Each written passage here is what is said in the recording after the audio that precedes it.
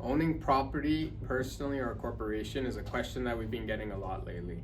My name is Finale Moladina with RMI LLP, and I just wanted to touch on this topic very quickly. As it's become a more common question, we get a lot of investors saying, hey, I'm buying multiple properties. Should I put this into a corporation? Should I own it individually? And as always, the answer is it depends. Now I'm going to give you a couple different factors to consider when making this decision. The first one I always tell people is, where is the money coming from? If it's coming from a corporate structure, if you own a business and you've built up a good cash reserve and you want to use that money to actually buy the property, there's a good advantage to actually owning the property in a corporate structure, so perhaps a separate corporation or a holding company.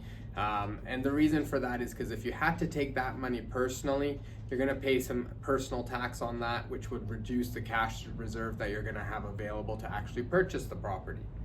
Now on the flip side, if the money's coming from a personal standpoint, usually you can buy the property personally because there's not really many advantages to having the property inside the corporation once it's already purchased.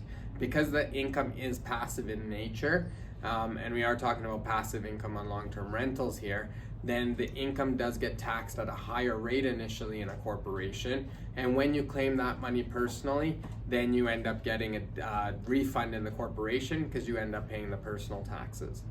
So another consideration is the income going to be passive or active?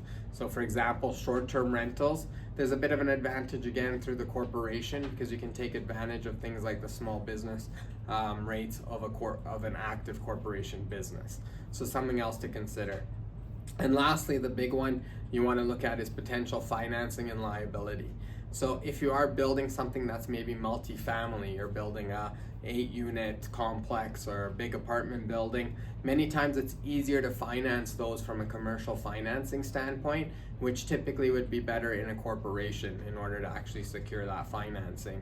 Of course, liability comes into play as well. And so if you are concerned in terms of liability with your property, corporation does give you that advantage.